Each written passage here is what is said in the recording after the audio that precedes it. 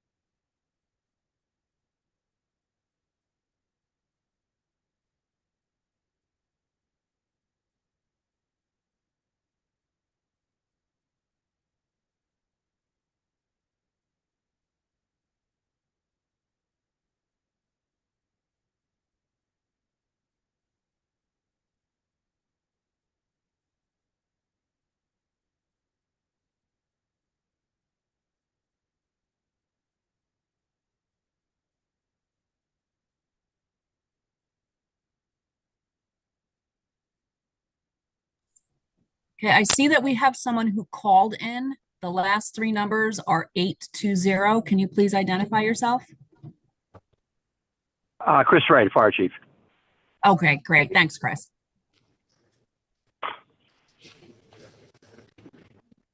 Sounds like she's talking to extraterrestrials. Can you identify yourself?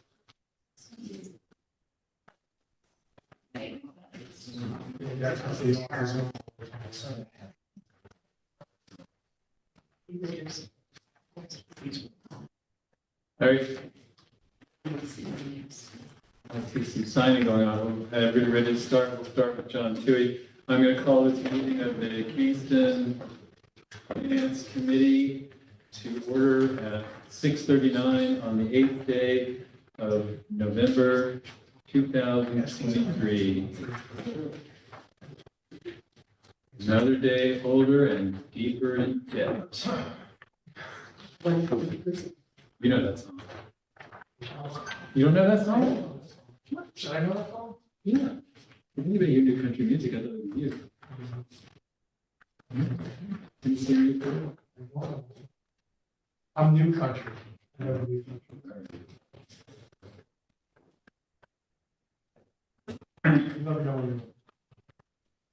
ahead. Let's hear what's happening with our financial situation. Just an update from where we were last month. So where we're standing financially on a year-to-date basis through September, last month I reported that I believe it's last month, or the last couple of months, we've been picking up a little bit from where we were at this time the prior year. We've closed the gap to where we were in 22, through September 23.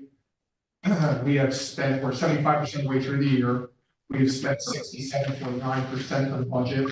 At this time in 22, we've spent 69.6%. On the revenue side, we don't have the wildly positive variances like that too. Sales tax has been improving this month. We're currently at 2.84%, over where we were last year. And we are, if you look, Chief Ray, Yes. Go can ahead. you mute your phone there?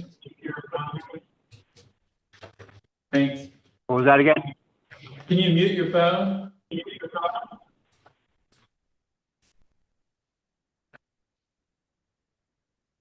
Thank you. Okay. I think we're good. All right. So last year, we finished at $19,019,000, almost $19,020,000 in sales tax collections for the year. We budgeted $18,955,000 for 23. We're at 2.84% over where we were last year, so we should exceed our budget by several $100,000 if we continue the way we're going. So continues to improve each month. It's a positive variance, not a very significant positive variance, but positive nonetheless. A lot of the positive variances that I've reported on previous months, that trend continues. Even though we're 75% of the way through the year, we're only 67.7% spent on regular pay. A lot of that is due to vacancies. I think the mayor's MOA is going to touch upon that a little bit. When he comes up and speaks about this MOA. On the flip side of this cost, negative variances and overtime. We're already 78% spent on our overtime budget. Most of the other variances are pretty much in line with what we've reported in the last few months. If you have any questions, let me know. The contingency balance stands at $440,000. Do you think that overtime trend is going to continue through the end of the year? I do. I will say this, the regular pay variance will outweigh that financially. It's a much bigger number, right? It's, you're talking, regular pay is a very significant part of our budget. While overtime is significant, it's a fraction of what we budget for regular pay. So the small variance in overtime will be overshadowed by several percent of regular pay positive variance. So, and that's also helping bring down some of the variance in the hospital medical insurance. We had some larger variances in medical insurance earlier in the year because of the vacancies. That variance is closing a little bit, so which is good news, but causing other difficulties that Mayor will talk about. So I know that the mayor will be speaking about these vacancies, but have any other city vacancies been since we did like the news? I know there's still a number of vacancies in DPW. Okay. That's the other area where there's significant vacancies. Thank you. Any other questions, comments? Old scores to settle? All right. Then we'll move into the regular order of business here. The first is request for a budget transfer in the fire department. So Chief Ray. Yes, I'm here. Hey, I'm here. thanks for being here. We're looking at this request to move some money through for the from the mental health grant. Correct. Can you tell us what it's about? It's just moving from the grant to salaries for the clinician and the salaries for the firefighter EMT. Okay. It's a three-month window. In January, I'll move the last 3-month window also, October, November, December. Okay. Any questions for the chief? No? All right.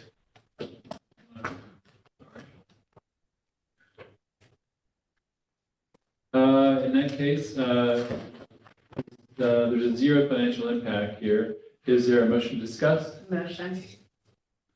Second?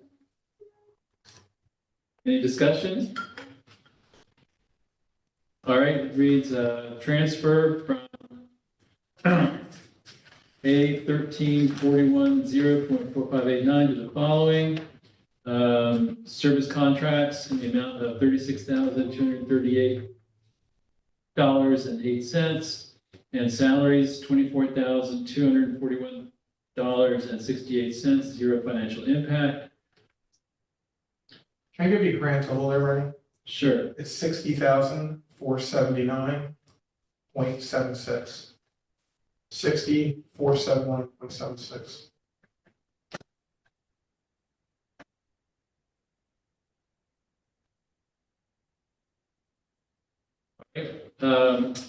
There's no discussion. I'll call for the vote. All in favor? Aye. Anyone opposed? Passes unanimously. Thank you very much. Thanks, Chief. Okay, thank you.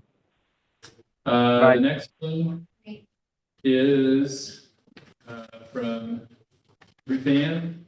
Next two actually are from Ruth Ann relating to budget transfer for ESD Restore New York Communities Grant Program.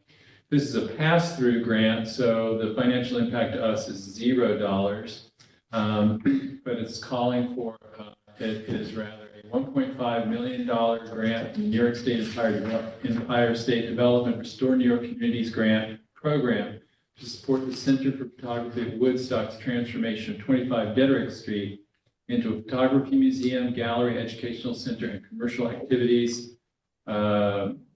center related to the creative economy. Hi, Natalie is actually working on both of these projects, so she'll be our spokesperson for tonight. All right. Yeah. Oh, okay, Yeah. go ahead. Thanks, Ruth Ann. Good evening. Yeah, as you said, we're requesting a budget transfer in the amount of $1.5 million from the New York State grants line to our contracted services line for that purpose. It's once they expend the money, we submit the reimbursement requests on their behalf, and then the state pays us, and then we have to pay them back. So that's what that transfer is for. Everybody clear on that? Any questions for Natalie? I have no questions. So we applied for this like a few months back. Correct. Yes. My only question, Natalie, is that's a nice invisible cat you've got behind you there. Come on, I'm waiting to see the cat. All right, any questions for Natalie about this then? All right. The report reads, this is a request to transfer New York State Empire State Development Restore New York Communities funds in the fund in the amount of $1,500,000 from New York State grant to contracted services. No local match is required, hence it is zero financial impact. Motion to discuss. Motion. Second. Second.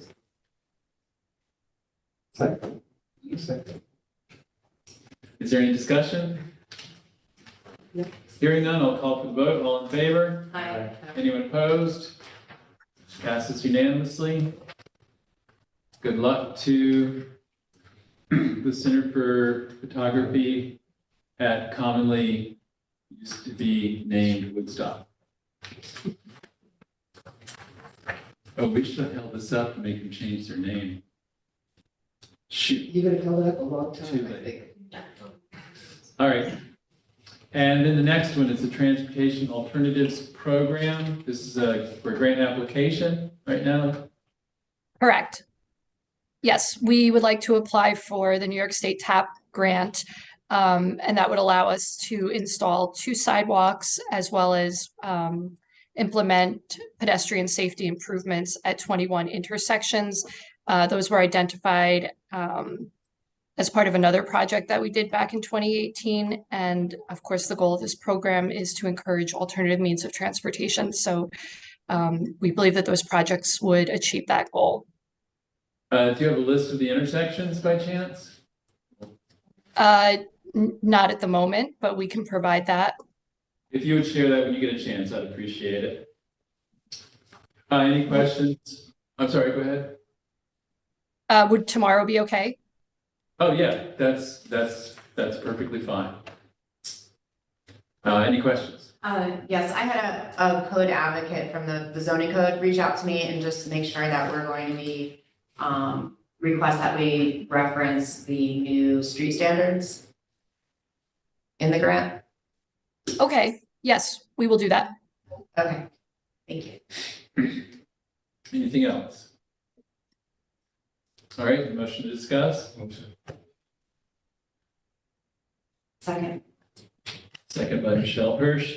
The report reads: a resolution authorizing the mayor to apply for the 2023 New York State Department of Transportation Alternatives Program grant of the pedestrian safety project, and to execute any and all related documents. Financial impact is to be determined. Any discussion? Hearing no discussion, I'll call for the vote. All in favor? Aye. Anyone opposed? No. Passes unanimously. Thank you, Natalie. Thank you, Ruth Ann. Thank you. Have a nice night. Good night. Good night. The next one is regarding the wastewater treatment plant headworks study, which just sounds really painful. This would have an impact of $12,500 from the sewer fund balance. I don't actually have a report for this. Do you know about it? Yeah, John did speak with me about it. You mean the committee report? I don't have a committee report. Yeah, I mean, I have a blank. But... yeah, I can draw that up. Okay. Well, This is something that we approved to do a while back. One of those things that is required.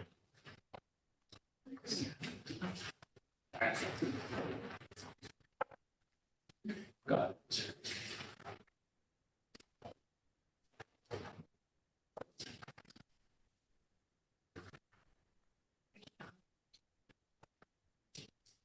So if you, for those out there who don't have this in front of them, John Schulteis wrote us a letter saying this is a request for placement on the agenda of the next appropriate committee to consider a recommendation of the Common Council for approval of a budget transfer to fund the city's share of the Environmental Facilities Corporation's environmental planning grant awarded to the city for the WWTP Headworks study.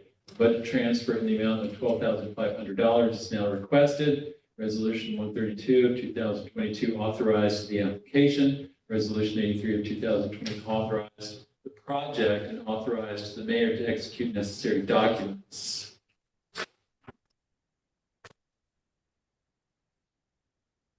All right, so this would have a financial impact in the sewer fund. Yes.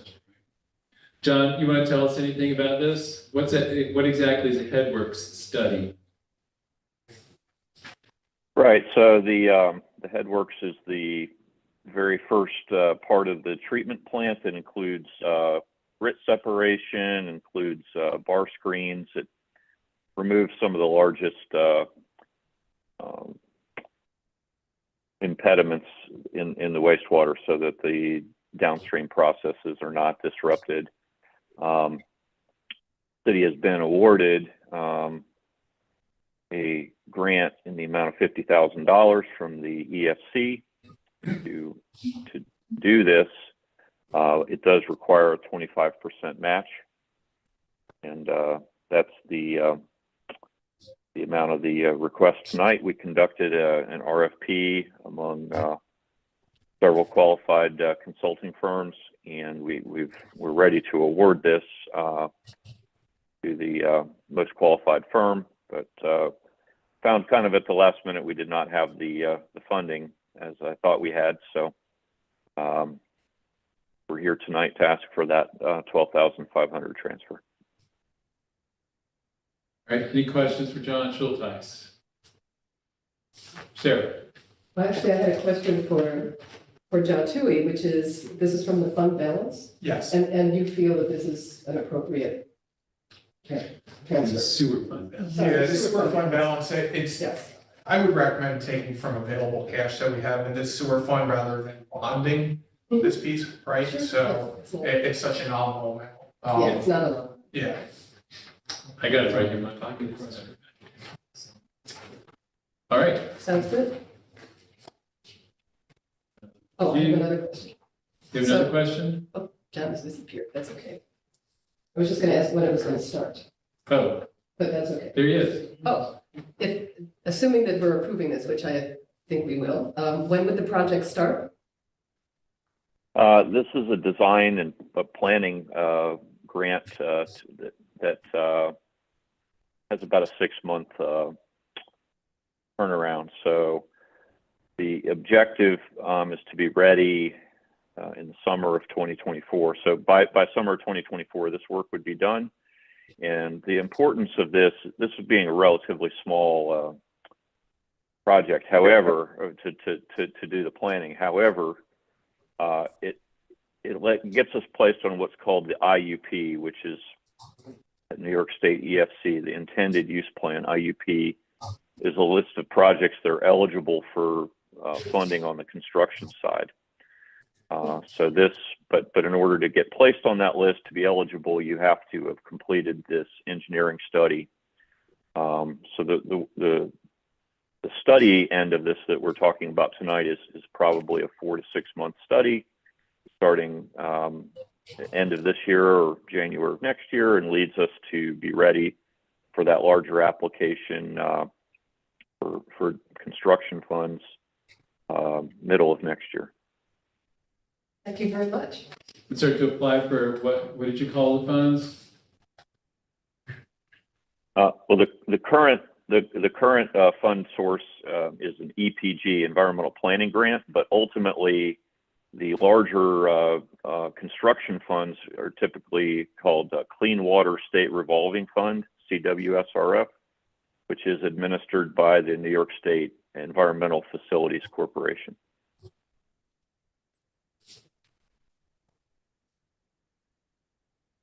Thank you. All right, any other questions for John Schulteis? Okay. All right, thank you, John. Then any questions for John Tui about the money and its source and so forth? Just quickly, Sure. is this a reimbursement grant? Or? typically it would be a reimbursement grant. The grant would be administered by John, but yeah, I believe so. So that grant, the grant fund will also come out of this fund? Well, John, you want to answer that? About the Yeah, grant? so this one's this one's a little unique in that there's a $50,000 grant fund. My understanding is that the city will actually receive in advance half of that, or $25,000, which is different from most other grants that we do. The remaining $25,000 is on a reimbursement basis. Okay, Thanks. thank you. All right.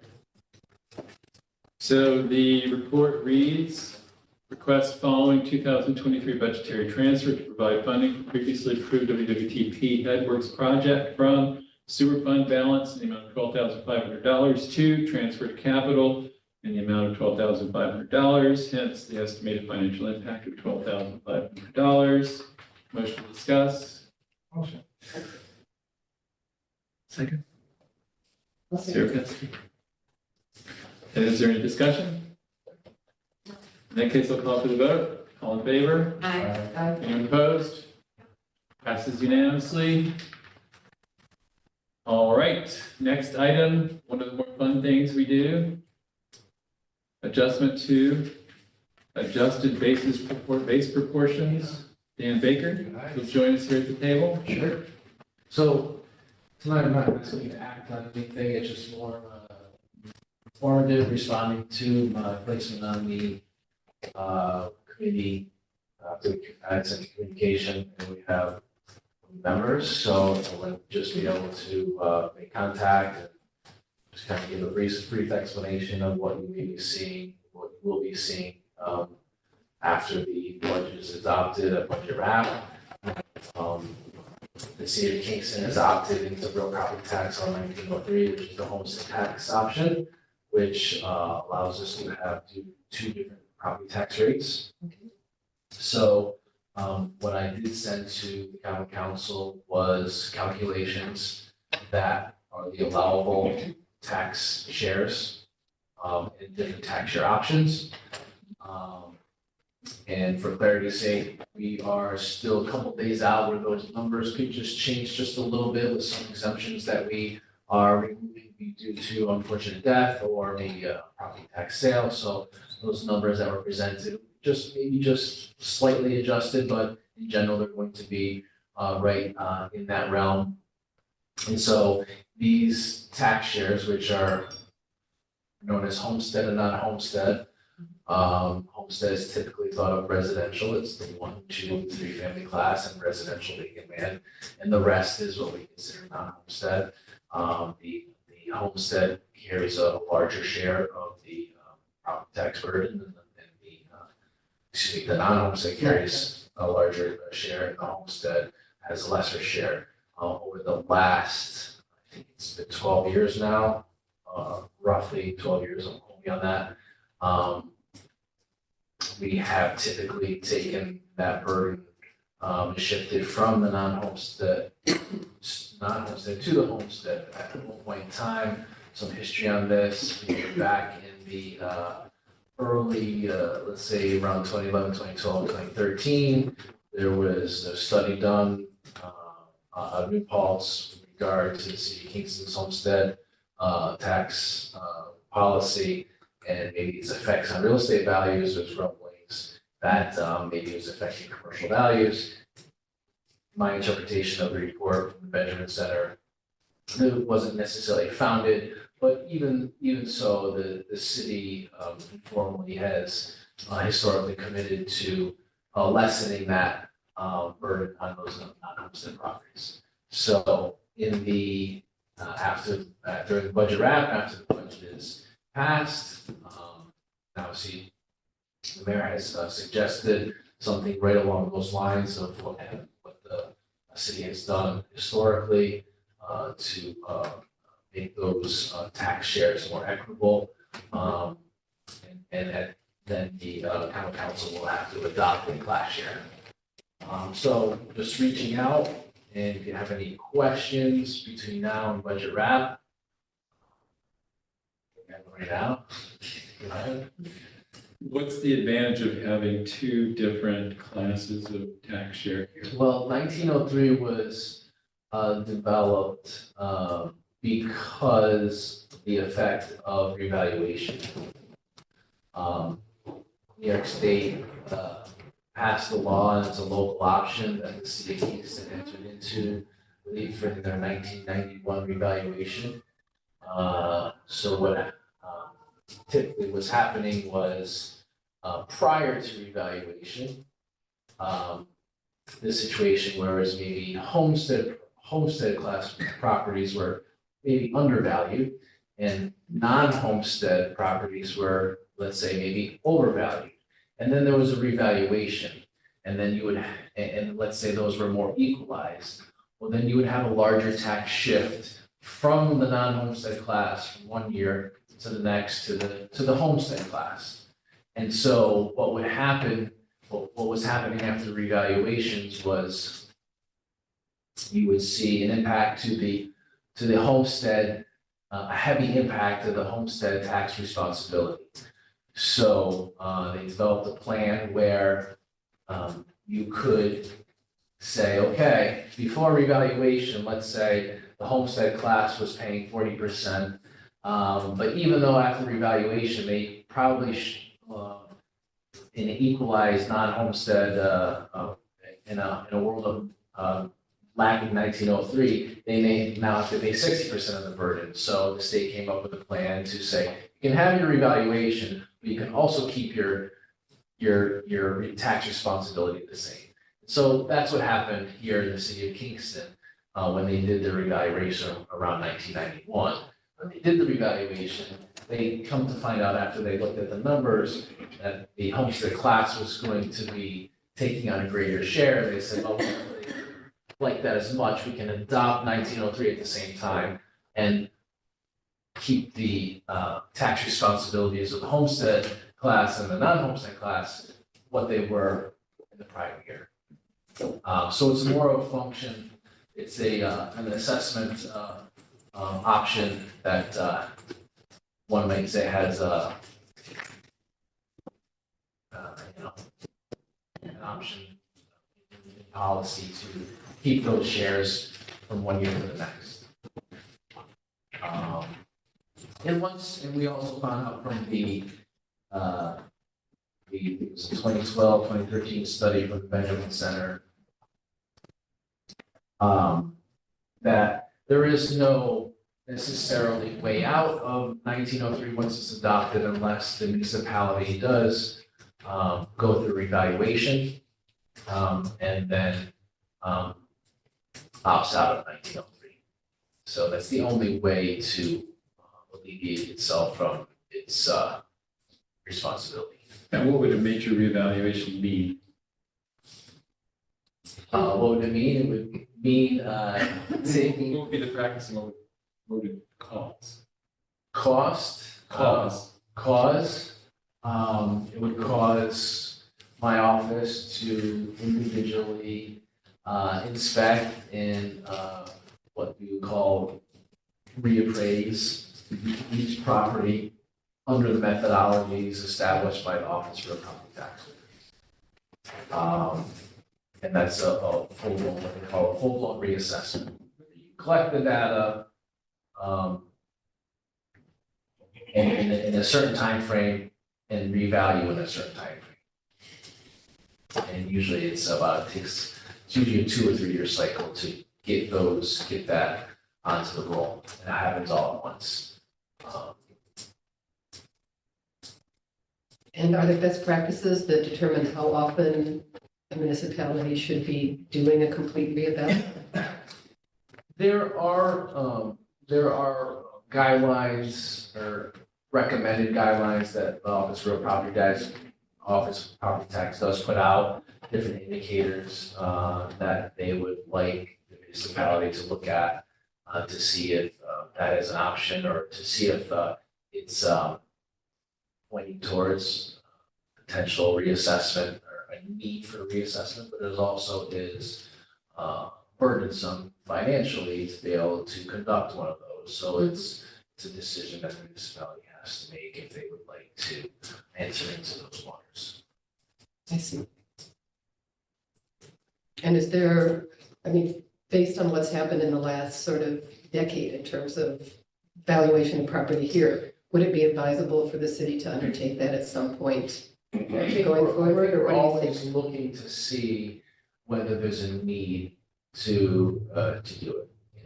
At the same time, we're always adjusting our fair market value on our assessment roll. We don't, so we're having equalization rate. So if you're not doing reappraisal reassessment or non-reappraisal reassessment, you're always looking at the total values of your properties compared to their assessment. So your assessment is an expression of a partial expression of its full value. So we have an equalization rate that is applied to all properties to bring them up to fair market value. And then our shared districts, like the Kingston School District and in the Ulster County, that's the tool that's used for the real property tax director in Ulster County to develop tax rates that are fair. So a fair market value property, let's say $200,000 fair market property in the city of Kingston, and in, let's say, a town of Esopus, for county purposes, they're going to pay the same amount of county tax. Their tax rate may be different because their equalization rate In each so, but it's equalized, hence what the office used to be is equalization and assessment. So it's how they develop a fair and equitable tax rate for shared districts. Any other questions?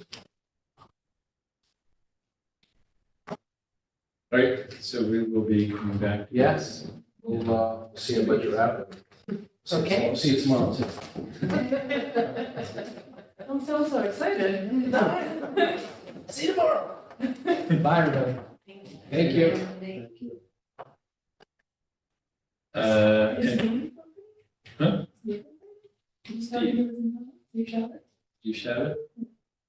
Isn't he out of town or something?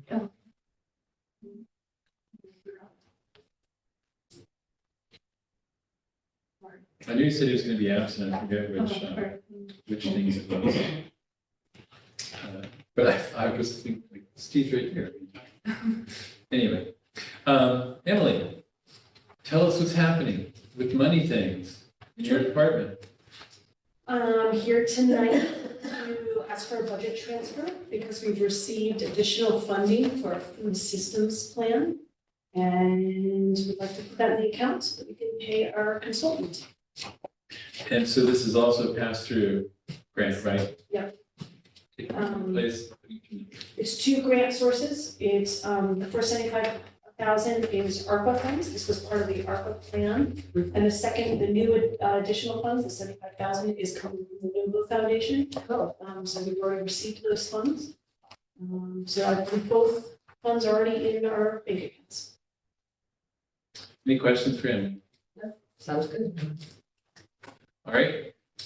The report reads, the city of Kingston has received additional funding for a food system plan from the Novo Foundation for $75,000. These will be matched, this amount will be matched with $75,000 from the American Rescue Plan Act funds for a project total of $150,000. Plan will provide a blueprint for the city of Kingston to strengthen our local food systems for improving resilience, addressing food insecurity, and increasing access to nutritionally dense food. Therefore, I'm now writing the request consideration of a budget transfer in the total amount of $75,000. We have already received Novo funds, and this will have no financial impact. Those coming from grant health and wellness, $75,000 to contracted services, $75,000. Motion to discuss. Motion. Michelle Hirsch, second from Sarah Paskey. Is there any discussion? I just want to say that this is really important work and I think it's really great that the city is getting out ahead. I would agree with that. One of my professors just wrote a book about this topic. I'll send you the name of it. You might be interested in. I haven't read it yet because I don't have time to read it later, but you might be interested. That's what I'm with you. Thank you so much. After you all read it, you can choose the pen. Can choose that.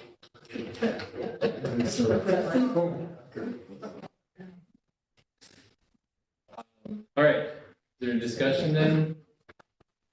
Hearing no discussion, I'll call for the vote. All in favor? Anyone opposed? Passes unanimously. In this case, unanimously. All right. No, they don't stop. I don't have children in the house anymore, so I gotta do them here.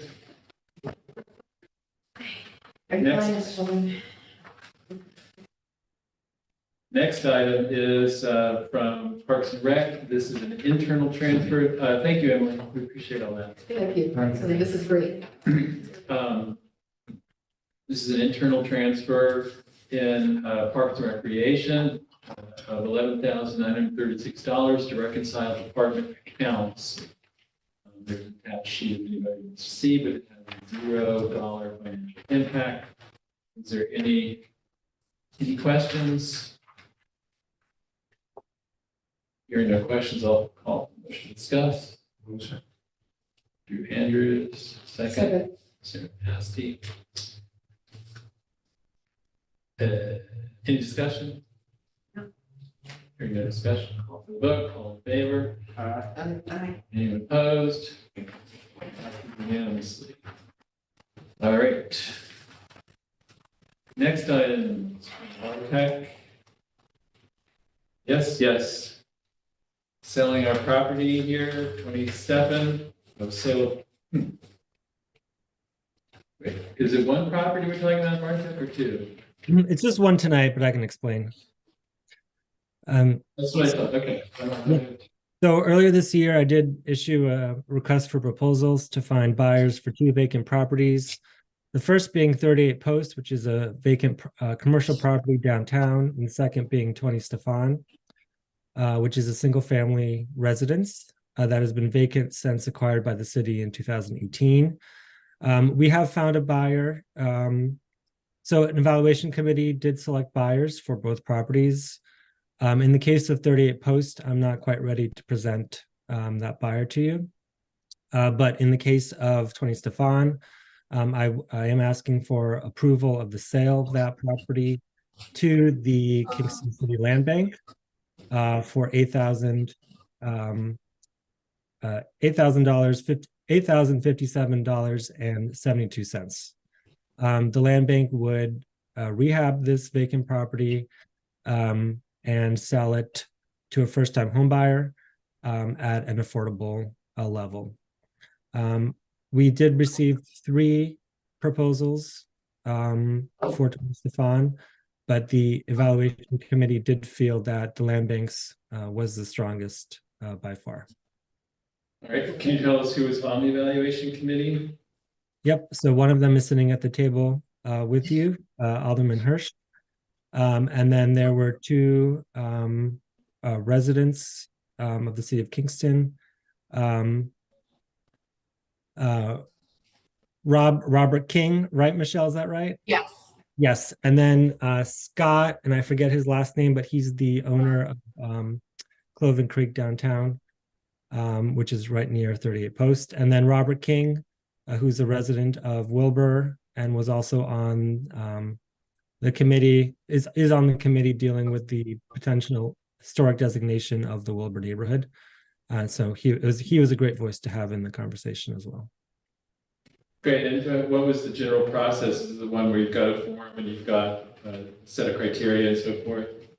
Right, there's a clear set of evaluation criteria that was listed within the request for proposals. We went to see the property too. Yes, and the committee went to see the properties, and then we met and talked through the proposals that were received. Okay, great. Any other questions for Bartek?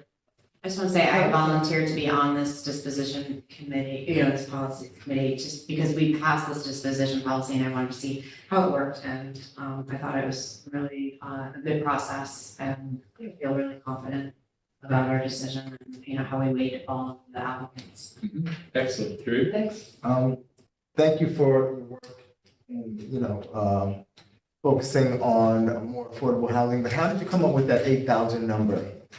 So how did that come about? So the council passed a disposition policy earlier this year, which essentially is a set of policies by which the city would use to sell surplus property going forward. And one of those, as part of that policy, it states that the land bank would receive or have the chance to make a first offer on any property that has a total of back taxes less than $30,000. And so, if it does accept that property, it would pay $7,000. In this case, the total back taxes of 20 Stefan were $31,057.72. So as part of the land bank's proposal, they said, okay, we'll give you the $7,000 that we would be responsible for if we were getting this property, and we would give the city this additional $1,057 over that $30,000 threshold. So that's how the land bank arrived at that total. Thank you.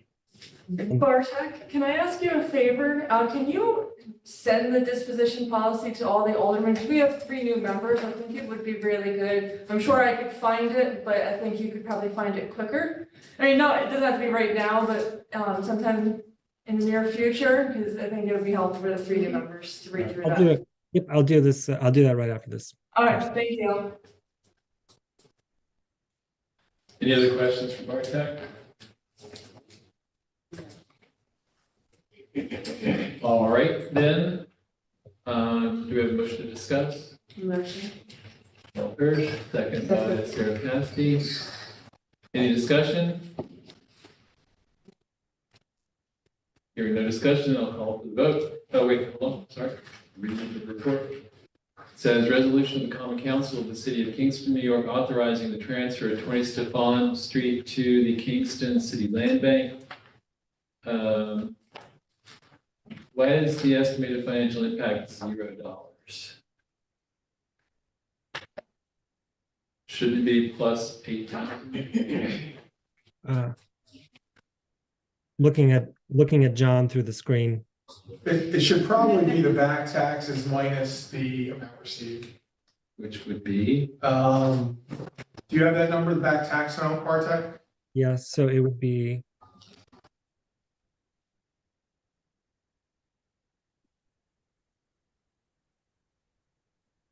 So the financial impact would be 23,000. 23,000. In our favor. Negative. No, it's still be negative. We're selling for less than the back tax. Oh, I see what you're saying. Okay.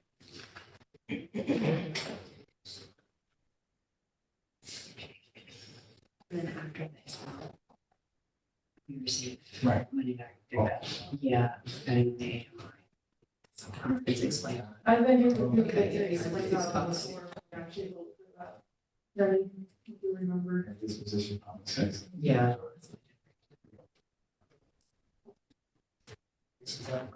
Yeah.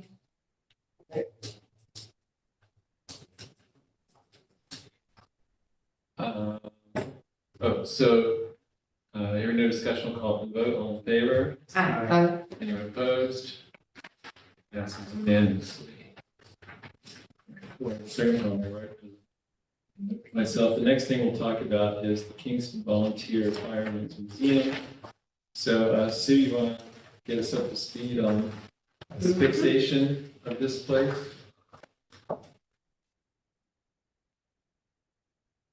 Hey, so basically, what we're looking at is, there was structural damage, done to the volunteer fire station, earlier in the year. We don't know what the actual, source was, but we are presuming it was a vehicle that hit an adjacent wall, that was then jammed into the corner of our building and caused this damage. It's not going to fall down, but it does need to be repaired. It's a structure on the National Register of Historic Places. It's also in the Historic District of town. It houses the Volunteer Firemen's Museum.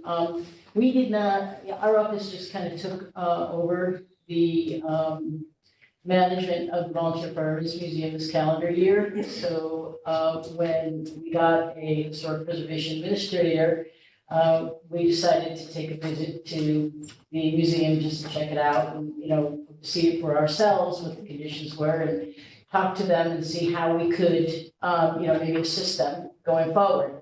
And that was in June, and that's when we discovered this damage.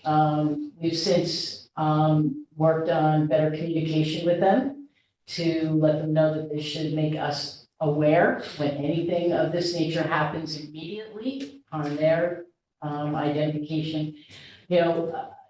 If we had been notified earlier, would we have been able to determine who it was? I don't know. There are cameras in the area. We might have been able to find out some more information. Unfortunately, another thing we've checked out is that with the insurance claim, we did submit a claim immediately.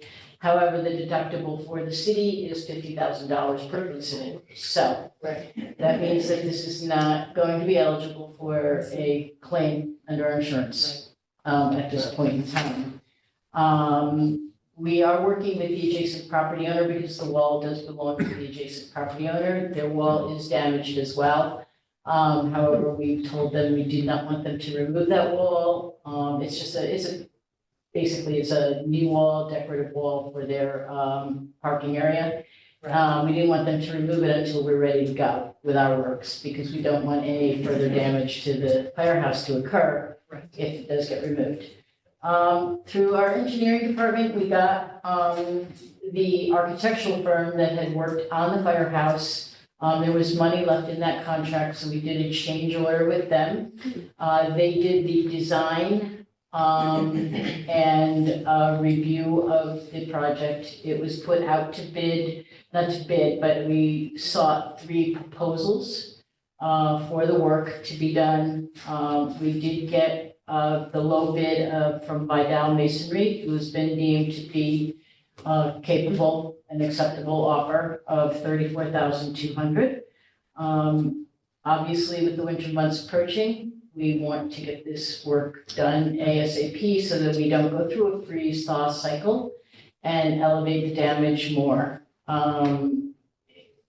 So I'm here asking for the money. Right. The report reads, oh, any questions for Sue? Is it the work gonna be able to, I mean, because this won't pass until December, which is the winter, and will they be able to start working immediately? They believe that they can, yeah, they'll insulate it, yes, as long as we don't get, severe ice. I mean, they're gonna, obviously, we're gonna do the right thing. We're gonna have to protect it one way or another. We'll see what happens. We're just hoping that the gods work in our favor. Yeah, I was just wondering if they were gonna be ready to mobilize. They are, I mean, we had hoped initially to have the work started by now. That was our initial schedule and have it completed by mid-December. Obviously, we're running a little bit behind. And how long do they estimate the project will take? A month. Oh, okay. And what was the winning bid? It was $34,200, that's the lower. They sought 3 proposals, they got 2. And this is Vidal Masonry. And where's that fund right now? Where's that money coming out of? You said there's a pot that wasn't spent. Contingency, I'm presuming we'd have to come out of contingency. Contingency. That's our little set aside fund. Oh, okay. Which is different from the fund balance. So what's in that? What do we have? There's like current contingency, 440,000. And if you want an explanation of that, the handbook that I sent you has fund balance versus Yeah, contingency. right. Yeah, absolutely. It's good. Okay. So on the committee report, I did include a line to identify the total project cost at $41,255. And that would have been for purposes of submitting the claim. So that can be left off at this point. Because that would have included not only the contractor's work, but the money to recoup for the design fees that we pay the architect. So that's why it's higher, but that can be left off of the committee report. Okay.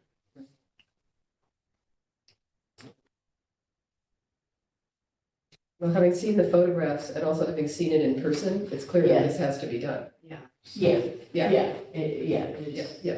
Yeah, I don't know if you had a chance to review the report that Ethan and I did look, Office did. You did a I good looked, it's a job. very good report. Yeah. All right. Okay. Any more questions for Sue Cahill? In that case, motion to discuss. Motion.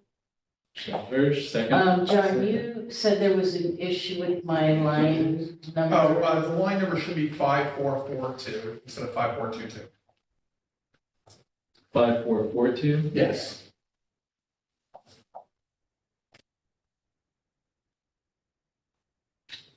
Oh, great. So this report now reads, authorize the transfer of funds to landmarks account to cover costs for masonry wall repair caused by vehicle damage. Authorized transfer of $34,200 from. John gave me the contingency number. It would be A11990.5404. So that's contingency. Yep.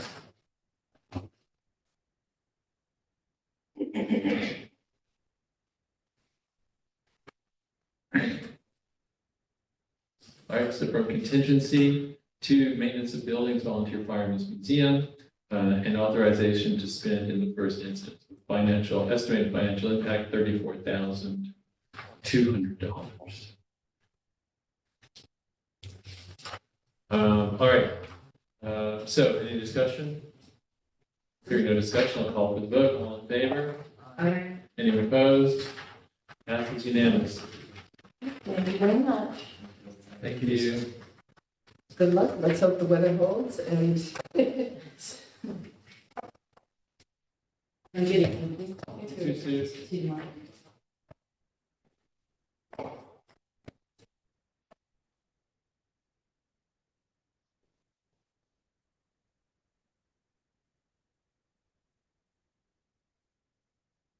All right, Mayor Noble.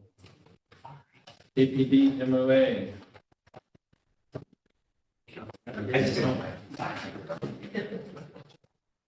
So thank you all for giving us a minute to talk about this. So over the last couple of months, I've been working with members of the PDA, their executive board, about trying to help us solve, a problem that's affecting agencies all across New York State, which is a lack of individuals wanting to become police officers. And so we've seen a real drop off in the number of people taking our exams. Which when I first started here, there were hundreds of people that would sign up for a police exam. And this last exam, we had 40 people. And a little less than half of those didn't make it through the PT test. And so I think we had 19 sat for the actual exam, and we hope that they all pass. We'll find out soon. But we have struggled, like so many agencies, to get people to, want to go into this line of work. I think that one of the things that has also drastically changed the police profession is something that was, again, outside of all of our control, but it was actually a new civil service tier, tier 6, which is when you are now hired to work for government. You have a cap on the amount of overtime that actually counts toward your retirement. And so for police officers, they really counted on overtime. They have to do a lot of overtime. And so it's not factored into their pay the same way some folks who've been here for a little bit longer have. And so one of the things that we met with the officers about was to try to figure out where are we, falling behind in some of our competitors in the region. And for over the last couple of MOAs with the police department, we've actually done a really good job of having a good starting salary. So our base pay is good. And it's actually relatively, for someone who's just out of, the academy, we are really fair with what we pay officers. And all the way up until year 5, we are relatively competitive. But then after year 5, that's where we lose a lot of our staff to whether it's the state police, where we've lost a couple of this year, or it's to agencies generally south of us, generally in Orange or Rockland County. That has caused kind of a reduction in folks who are staying past year 5. And so we said, well, what can we do about that? And so, we know that there are a lot of benefits of working in a small city, and to be able to have the training opportunities that we have in a small community feel. And so we have a lot of things that we think make Kingston a really great place to work. But again, with the salary and the overtime rules, it's a little bit on the fence for some of the officers about whether they want to really put their roots down here. And so with the new plan, we feel like if we're able to bump up the salary starting for those officers after year 5, in a slow progression over the next 2 years, we'll be able to then be much more competitive with our, police departments in the region, and to really be able to help kind of send a message to our officers that are kind of on the fence about whether to really get their roots in, because once you get past that year 5 to 7, you generally then you stick it out. You've created friendships, you put down roots in the community, and you have enough time in our system that you want to stay here. And you're usually working your way up through the ranks. You may become a sergeant or go to be a detective, and that's the time where all of those decisions are being made. And so with this proposal, we propose to have a $5,000 adjustment starting in January of 24. And then another $5,000 adjustment in January of 25. So over the next 2 years, so 24 and 25, there'd overall be a $10,000 adjustment to those after year 5. And that very much so puts them back in line with what we think is the trend in our region, and will really help keep our officers. And so that's one part of the proposal. The second part of the proposal, and something that we started a couple of years ago when we created our very first bilingual, Spanish-speaking police officer. We've also been able to, since then, attract other officers who speak Spanish, and officers have actually gone to get training to speak Spanish better. And we really want to encourage that behavior. And one of the best ways to encourage that is by offering a financial incentive. And so, similar to what we do for those with bachelor's degrees, we give them an extra percentage in pay. And then if you have a master's degree, we give them a little bit extra incentive on top, in addition to their pay. We are proposing to do something very similar with our Spanish-speaking officers. And so those that speak Spanish, and again, this has to be verified just like we would with our bilingual police officers. They have to go to college, they have to take a test, and so that we can actually verify it's not something that, generally 7th grade Spanish is not enough. My son's currently doing 7th grade Spanish and he's learning, but not quite enough to probably have that full conversation on the street. So we have to make sure that they're really, they're good. And so there's a percentage for those that are able to speak Spanish. That's usually the first skill set that you're able to have. And then for those that have the next step of being able to actually write Spanish, and actually that is kind of like really needed when you're interacting with folks in cases and being able to take notes and to really be able to communicate with someone fully and effectively. We would want them to have both skills, and so there's an additional percentage for that. And so we think that that's, and that will be available to our officers now, and then any future officers that we, so it's both a kind of a retention tool, and to really be able to help make sure that we don't have our Spanish-speaking officers kind of pulled to other communities with offers. And we have, as we all know, a very strong and growing Spanish-speaking population in Kingston. So I think it's really important for us to be a little bit innovative. We don't know a lot of other police agencies that do this in our area. And so we think that this will help. And then we think it's also going to help attract police officers who may, look at salaries and be like, oh, that's all the same. But in the end, if you've got someone who can, write and speak, it's an additional 3% on their base salary. So over time, that's a large amount of additional incentive to work here compared to work somewhere else where they don't have that type of program. Stephen, you said that that's going to be for the current police officers who speak Spanish, they'll get that too. And yes. But they're already verified or went through the same. No, so we only have, in our budget, we technically only have one that is the bilingual police officer that for civil service took that test. They got verified. For everyone else that's in our department that currently just speaks Spanish, they'll have to go the get exam. verified. Yeah. And so the financial impact this year is going to be 0. But overall, if this is maxed out, it's going to be $436,000 Over the 2 years. over the 2 years. Right. And that would run to the end of the current contract then. So these changes would then need to be renegotiated at the next contract. Yes, this contract goes through 2025.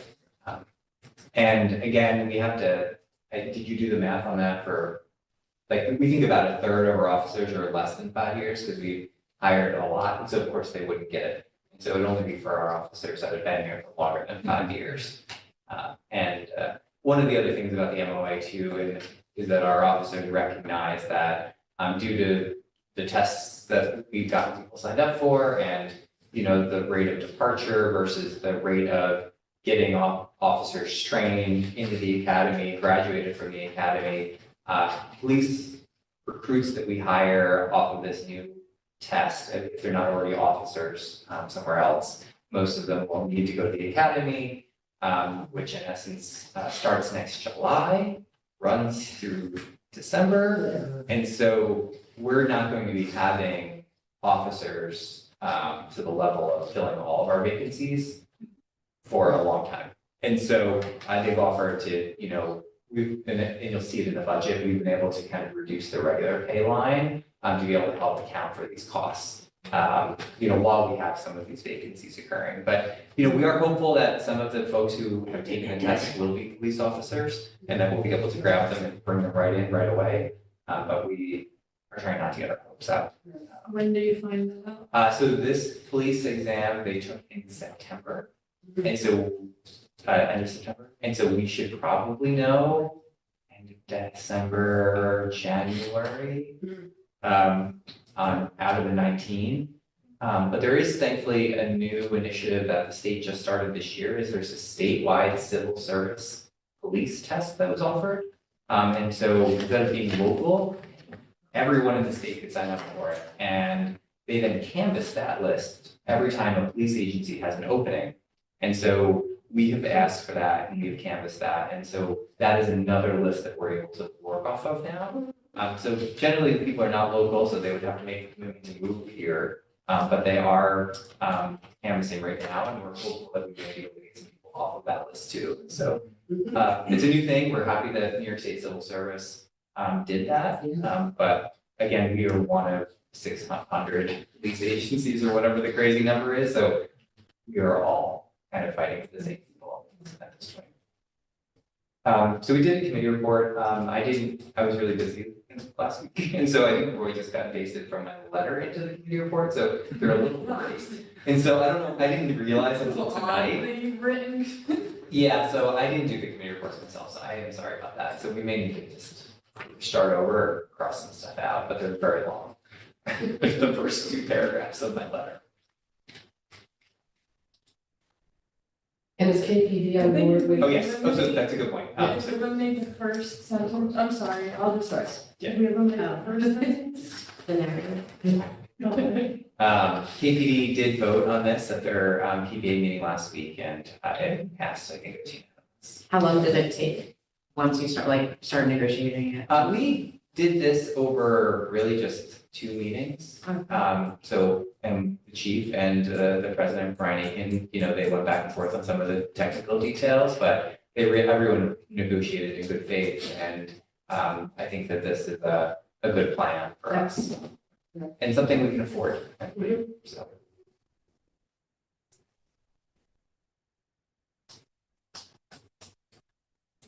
What is it called? The KPD, this, but memorandum KPD, of agreement between the city of Kingston and the Kingston PBA.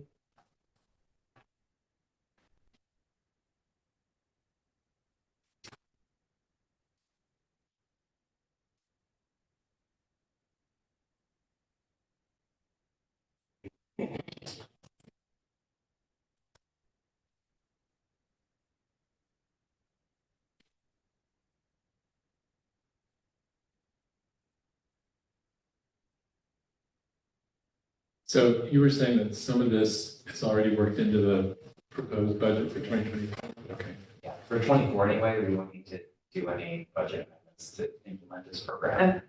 so how about this memorandum of Kingston, of agreement between the city of Kingston and the Kingston PBA will raise wages for those employees with 5 or more years of service in 2 5,000 increments, while also providing additional pay to those officers who can verify their ability to speak and or write in Spanish. Satisfied? That's good to me. All right. I think it's clear, but when Janet works on it, just let me know. The committee report reads what Andrew said. So I'm going to put down estimated financial impact at 0 for now. All right, motion to discuss. Motion. Motion by Michelle Hirsch, second by Drew Andrews. Everybody is done with questions? Yeah. Okay, is there any discussion? I'd just like to say that I think this is really a great idea as a way to boost the pay and diversify the department. I think it's like a winning combination. So I hope that it helps, and I think it will benefit the community. Yes. Great, any other discussion? Hearing no further discussion, I'll call for the vote. All in favor? Aye. Anyone opposed? Passes unanimously, and you will speak to us about the next issue also, right? Yes. Can I do that too? All right. Microtrenching is a word that I hadn't heard a lot prior to recently. So just to give you a little bit of backstory here, you may be familiar, but may not. So I'll just start at the kind of very beginning. For over a decade, the city of Kingston has had only one residential provider of internet services. And there was a time just over 10 years ago where there was a big push to try to get Verizon to bring Fios to Kingston. It was not successful, and there has been a monopoly on internet providing to both Kingston and really a large part of Ulster County. Many other places have other alternatives, but we do not. And so it's been, whenever you have kind of a monopoly on something, it's never good for consumers. And there's been really, it's been a challenge. We get lots of complaints and calls about service and price, mostly price. And so fast forward to about a year ago, there was an announcement and a decision to bring a new fiber optic company to Kingston and Ulster County called Archtop Fiber. They are going to be one of the first to kind of set up shop at iPark 87. And they have in the last year worked on hiring lots of employees. So I think that they have grown from 3 people to over 20 full-time people, and are launching service here in the city of Kingston by, I've been told, the end of the year. And so it's really, it's happened and it's happening in Kingston. They're launching in Saugerties, and then we'll be expanding their goals to cover every inch of Ulster County, and to really be able to provide what Spectrum hasn't been able to do, which is kind of, high speed, low cost internet service to our residents, and while also having it be locally based with local management, local contractors, local people to come fix things if your thing isn't working in your house, and to also use it as kind of a job training program. And so by setting up at iPark 87, they want to be right here. Their goal eventually is to hire 100 full-time employees to be able to operate it. So fast forward 6 months, they begin the process of working with Central Hudson on getting poles, access to their poles to be able to connect this fiber onto our city network. And that's where it became much more complicated. Unfortunately, Central Hudson said to them, we've got lots of old poles out there that can't fit that one little wire that you need to run on it. And so you need to replace all of these poles. Technically, that's not really legal. Central Hudson is supposed to not make them do that work. But how do they have I'm sorry, but how do they have the authority to say that?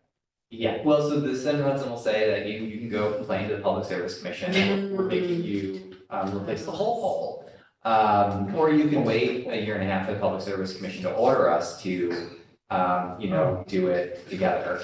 And so for Archtop, who wants to be able to launch this program, they've kind of, they've tried to bite the bullet to the best of their ability and actually start with poles. And so in this neighborhood around City Hall up to Mary's Avenue, where if you go to the corner of Mary's and Webster, you're going to see a new little box out there, and that's the fiber optic hub for the whole city. They just installed that.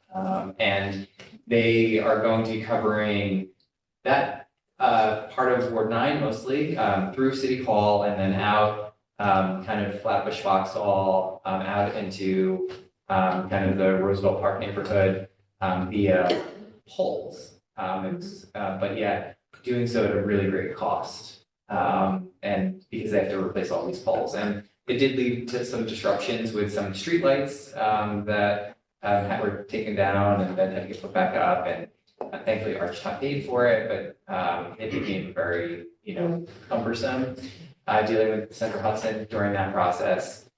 And so Rich came to us and said, maybe there's an alternative here, because trying to replace basically, 1 out of every 4 poles in the entire city, not only is disruptive to the neighborhood, it, is super expensive to do that work. And so they proposed and have proposed to do something called micro trenching, which is basically, as this describes, putting a 1-inch by 12-inch slit down the shoulder of a road with a little drill that basically slices the road, and they then bury the fiber optic cable underground, which is much more resilient for storms, and you don't have to worry about trees taking down the wires. And so they're proposing to basically do the whole rest of the city, which is more than 80% of the city. It's about 250,000 linear feet that they want to install in our city, on our streets, and in our, basically the curb line of the city, so that customers will then be able to have access to their product. And so we talked to them about that. I mean, the technology that they are using is much more sophisticated than kind of other trenching work that has happened. And so our DPW staff has been invited to go look at their trenching that they've done out at iPark. They're literally starting in Saugerties this week. So we're going to be able to go see like firsthand, what it's looking like on the village and town streets in Saugerties. But what we realized is that we really needed to relook at our fee schedule, because in order for this to happen, we can't charge them the same that we would charge someone who's doing a sewer dig. Because right now we charge, like Central Hudson, when they dig the big holes in the street, we charge them $4 a linear foot. And so if you times $4 times 250,000 linear feet, that's not they can't afford to do that. And so what we're proposing was something much less. They proposed to, do it on a kind of per rata basis. Central Hudson Trench is 3 feet by 6 feet, it's a big area. So they're like, well, we're only doing 1 inch by 12 inches, which ends up only being about 10 cents a linear foot when you do the math. But I think that, we do have other maintenance concerns and, interruption. An interruption. And so in this agreement, and what I'd like to put on the fee schedule is I'm proposing 30 cents a linear foot. And so for this kind of project, if they do end up having to do the 200,000 linear foot type of project, it would bring us about $81,000 of revenue into the city to be able to help. And then as a part of this agreement, we've also asked them for some other things, which includes everything from a discount on service. And so their prices are already cheaper than what we are paying in terms of fiber costs. And so we'll already see a discount, but we would have an additional 20% discount for this and all of our, community centers and all of our internet locations and all of our parks. We try to provide free Wi-Fi. And so that would be supported by fiber instead of kind of cable wire, which would be great. And they've also proposed to continue to pay for any streetlight changes that have to happen, which is something that technically Central Hudson says the city is responsible for, but really in essence, we didn't cause the work to happen. So, our shop is going to pay for that. The agreement also allows us, and we haven't figured out exactly where we want services yet, but they've proposed to allow us to pay for any places in the city where we don't have service that we need them to run fiber. So like, for instance, State Stadium would be one location where we didn't have fiber, we didn't have really any good internet running into Deep Stadium, and so they'll pay to put it in. Same thing with our parks or any of our rail trails or any of our center, things that are kind of off the beaten track. They're willing to run kind of that last mile of service for us at no cost to us. And so we still have to identify those with our IT department over time. They didn't require us to give them a specific list right now, but just that as part of the agreement that, we will mutually agree on these 5 to 10 different locations. And so the cut is only like 1 inch wide, right? 1 inch, yes. And so giving you an idea about what the speed is, they can move along here? Yeah, they can get blocks and blocks and blocks done in a day. And are they filling in like as they lay the cable? Yeah, so what happens is, so cuts lays the cable and then fills with basically a concrete slurry. And then basically the asphalt, which is really more like a rubber sealant, kind of then goes on top, and squeezes it all together. And I think that process happens. And, one of the things the DPW was concerned about, was like, how long is this going to last? And like with our current cuts, like with Central Hudson cuts, we make them give us a warranty of 18 months. And after that, it's on us. And so that's why we charge them so much, because sometimes in 3 years, we have to go back to that hole that, was done for a service and it's depressed and we have to go and fill it in. Our shop has agreed to do a 5-year warranty, to be able to make sure that, if we have any issues in the first 5 years, they will pay to fix, whatever is necessary. So we felt like, yes, we're giving them a discount for micro trenching compared to regular trenching, but we also wanted to increase the amount of warranty because it is, something that's new to us anyway. I mean, it's been used in many, many places all over the world, but it's new to us and we wanted to just kind of have that little, and again, they are going to be local, so obviously they're not going to want to have a bad look for all of our residents, but, yeah, so that's generally the construct of this agreement that we're considering.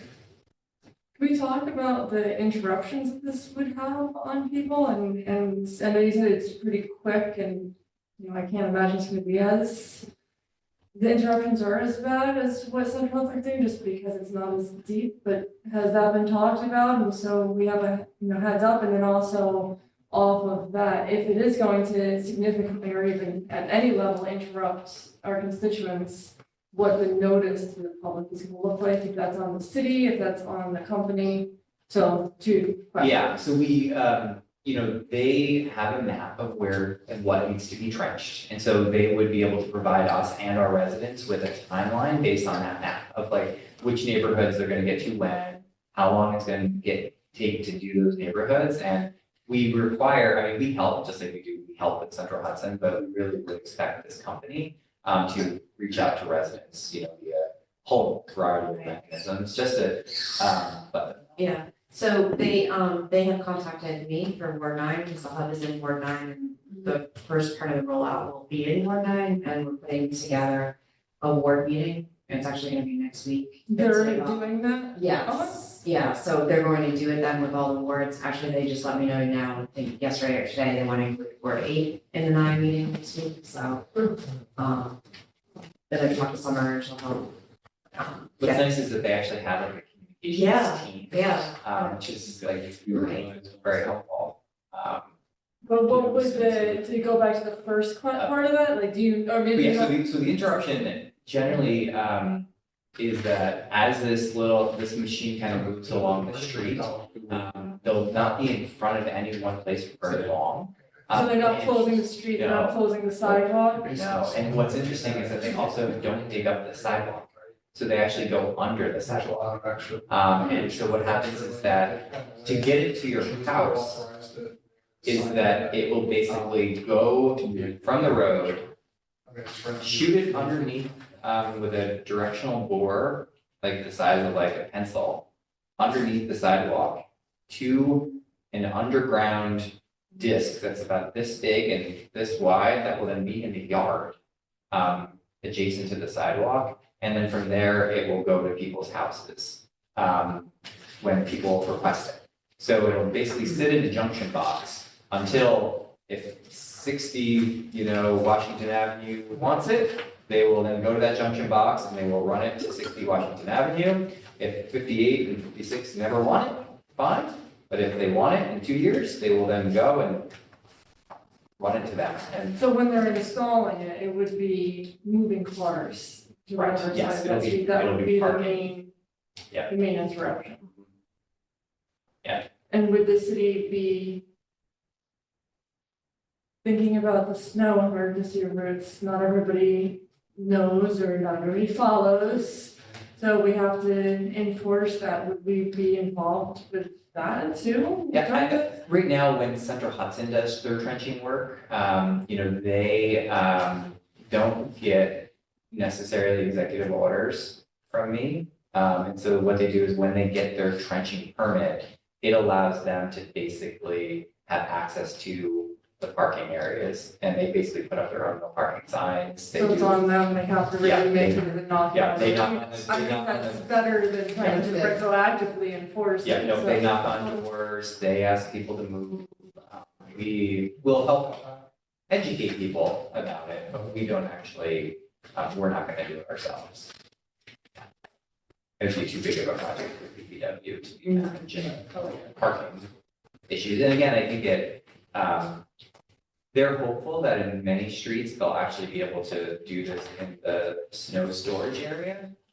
So like not in the streets, but they just don't know yet. It'll depend on where the telephone infrastructure poles are currently, but it's possible that they won't have to actually do it in the street. So the main line, they're gonna be junction boxes, you said, sort of along, on certain streets, so if they're, like, will it be one or two per street, or do they have any idea of where those boxes will be? And will they be sitting up so that a homeowner will have to mow around No, it? they'll or- be underground. They're underground. With a little, it'll be flush to the earth. Okay. A little green Okay. cap, they said, it's Okay. about this big.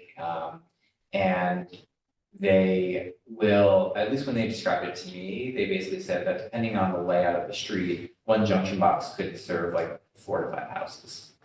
But let's say I'm in house number 1 and I don't want it, but house number 5 wants it, so that goes. Yeah, they'll take it from that junction box and they will They'll run it underground to the corner of your house. And if some houses already have these little gray boxes that are on the outside that like Time Warner or someone has put on your house already, that's what it'll basically look like. It'll be a little gray box that's mounted.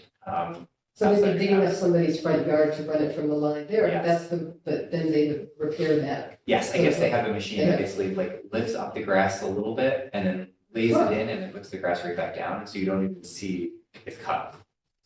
And then is the cable protected so that if a homeowner accidentally is digging down and they hit it, or how? Yeah, I think that it is buried 12 inches down. Okay, so that's, And so okay. generally it's outside of the dig zone, but I think that they then provide maps to like dig safe so that when you're digging in your yard, you call dig safe, they'll actually mark out the underground utilities as they.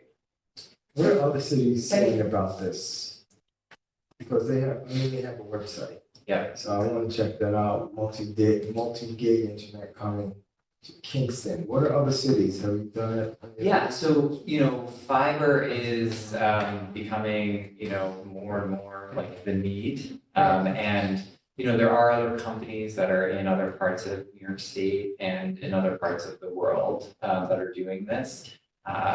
This company in particular is basically covering, their hope is to cover the whole Dutchess, Sullivan, Orange, Ulster kind of area, but there are companies that do this out west, and all over, I think that they showed us examples of like Salt Lake City. They're doing it in Salt Lake City and they're doing it in a bunch of different places. And it seems like it's works well. So it's worked. Yeah.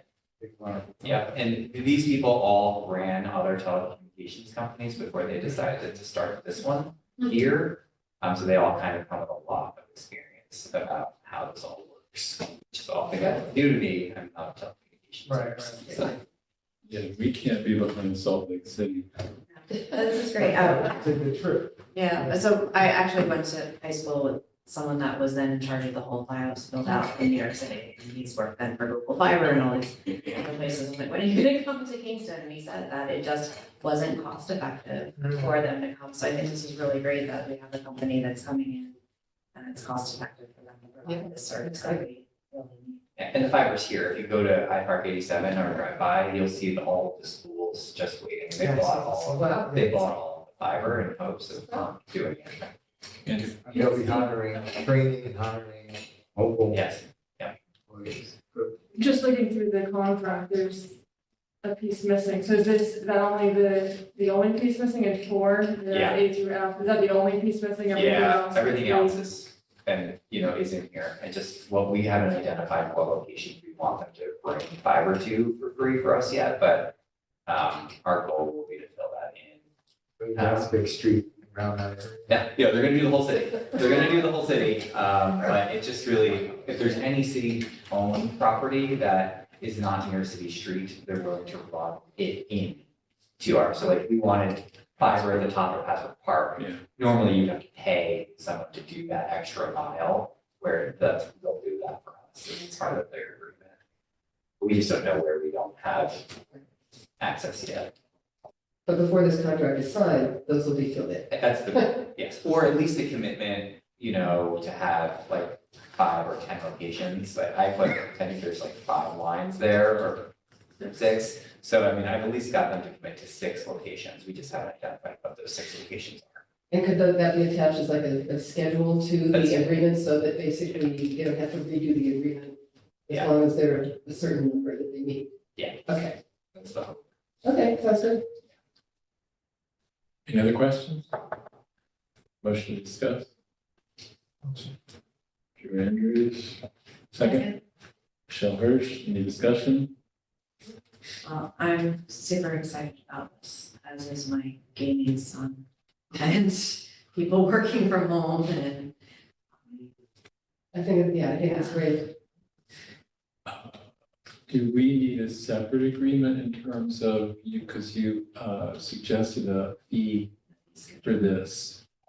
Because I felt like, there may be other micro trenching opportunities, so that's why I thought maybe, like, yes, we do need to have an agreement, but then just to hold them accountable for doing this work, and this will go as a part of their trench permit that they get. But I think at some point, we should put it also on the fee schedule. Well, actually, we're coming up, that'll be part of our budget examination, right? Yeah, we did pass them. So, yeah, I think as long as I have a commitment from the council that it's okay for them to get started, with filling out their permits, and like if we are collectively kind of agree that this fee works, they want to actually get started like as soon as the common council allows. So if you guys are okay waiting to officially put the 30 cents on the fee schedule, that's okay, as long as we kind of agree that it's okay for us to get started. Yeah, but we can do that as part of our usual budget negotiations. And if they're okay with the 30 cents, like you said, they wanted 10, but like. It was a negotiation. Okay. I think that they recognize that, Okay. that is like, their 145 times less is accurate, but at the same time, like, they're willing to contribute to our, our budget. The question on the fee schedule, we can enter into an agreement that has a financial, agreed upon fee as part of the agreement. Question is whether or not, when adding it to the fee schedule, is whether or not there would be other instances where we would charge this fee. Like if there was another vendor, or if we want to standardize this fee. Because we're not changing this for all trenching throughout this. Right now, you're just authorizing this contract with that fee for this vendor, right? You're not adding anything on the fee schedule that has.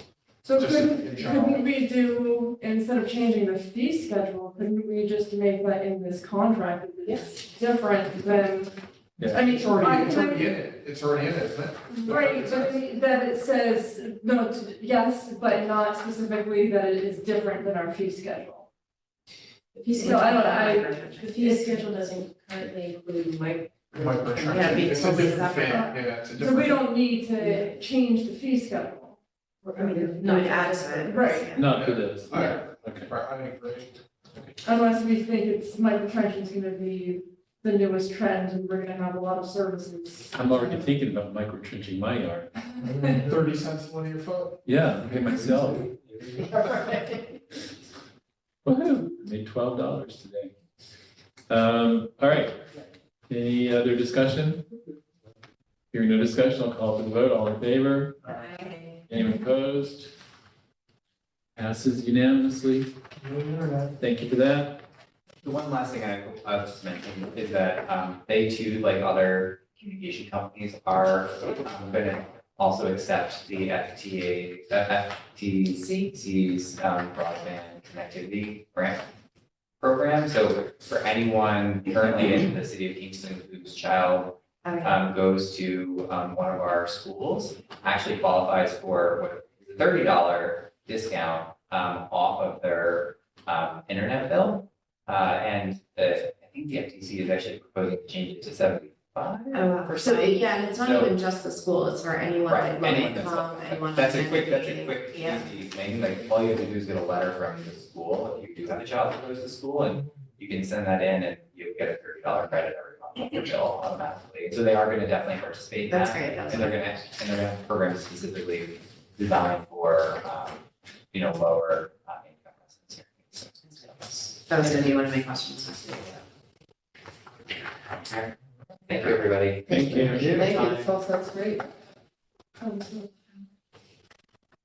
The last item is from the clerk's office. Expense of a new alarm system, updated fire system, and some increased insurance fees. Alyssa, do you want to tell us about that, or is this John? No, I mean, I can talk to it. John, sure, I'm sure can as well. So unfortunately, these are expenses that obviously we didn't see coming, but have to be addressed. The alarm system panel for City Hall is completely outdated, and Safeco cannot, they can't service what we have right now. So unfortunately, we don't really have a choice. That has to be updated. And as far as the issue at 20 Broadway, so if you recall, we had about a year ago when we had that little tornado that came through Kingston, it ripped the roof off of 20 Broadway, and we were not aware that that happened. And then we had a lot of rain, and during the construction to repair the damage from the rain, the fire system equipment had to be removed because it was completely damaged. So now that the building has been renovated pretty much, we need to put the fire system back in. So that is the expense to do that. And so that part is $6,950.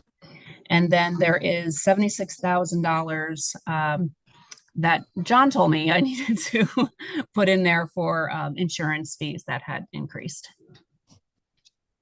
And so that's not related then to the other two things? Well, it's one transfer for three different items. But, sorry, the insurance amount. Right, is not that's related. unrelated. That's unrelated. So that's just a surprise monopoly thing?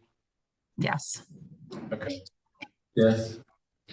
That is, working with our insurance carrier, when the prices came back on the insurance renewals, due to a number of factors, cyber liability costs going up, our liability and property costs going up based on claims experience and what's going on in the nation right now with the insurance industry.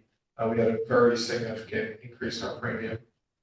And it's relatively out of oil, it's probably the largest one I've seen since I've been here. So it is accounted for in the 2024 budget. Okay. We at least, so the way our insurance renewal period works, it's July to June. So when budgeting for next year, we at least covered, we know what the first half of next year cost is going to be. So we took that into account when budgeting next year. Or if we see another very large increase, we maybe revisit that conversation next year at some point, but it was a pretty substantial jump. Okay. And that's because of cyber.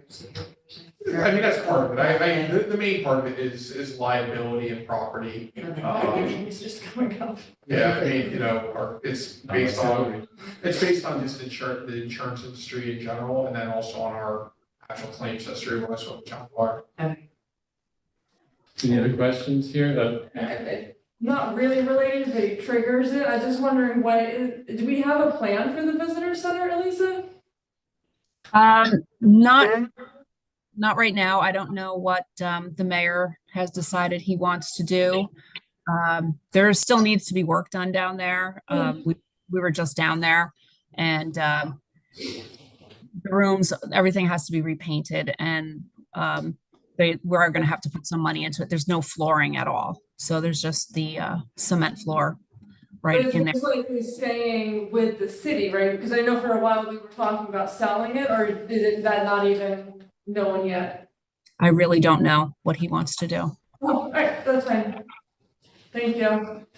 Any other questions? Are we putting out any bids for, like, insurance quotes or possibly? We do bid it, from time to time. We have an independent consultant who comes in and, he will work on putting, basically a bid together. We did, bring him in several years ago. We did try to do it, I think it was a year or two ago during COVID. He recommended against doing it at that time, just he didn't expect that we would see, the benefit of it, but I think at some point in the future, obviously, we'll do it again. But we've had very good experience with Marshall Sterling, with John Dwyer there, so, I don't think that the price increase you're seeing here is reflective of a lack of competitive bidding. They still, once again, we're dealing with Marshall Sterling, who's the actual broker, and they still deal with different carriers. So, they're still pricing our insurance. It's just we're not bidding the actual brokers right now. But, there is a competitive process with actually the carrier. Anything else? Motion to discuss? Oh, man. All right. Messed up the rhythm here. I know. Well, no, they used two different methods. And they did it at the same time. So So the rhythm was good. left to right. All right. It reads here, transfer from contingency in the amount of $90,145 to cover the expense of a new alarm system panel at City Hall, updated fire system equipment at 20 Broadway, and increased insurance fees. Any discussion? Hearing no discussion, I'll call for the vote. All in favor? Aye. Anyone opposed? It passes unanimously. Sarah, can you pass those two? Thank you, Lisa. Yeah, so I actually have it right. I'm sorry. And here are some vouchers for the box. Messed up. Yeah. Awesome. All right. Done? Not yet. We're just about to though. Second pause. Motion to adjourn, second? Second. Second, all in favor? Aye. Hell yeah. Thanks.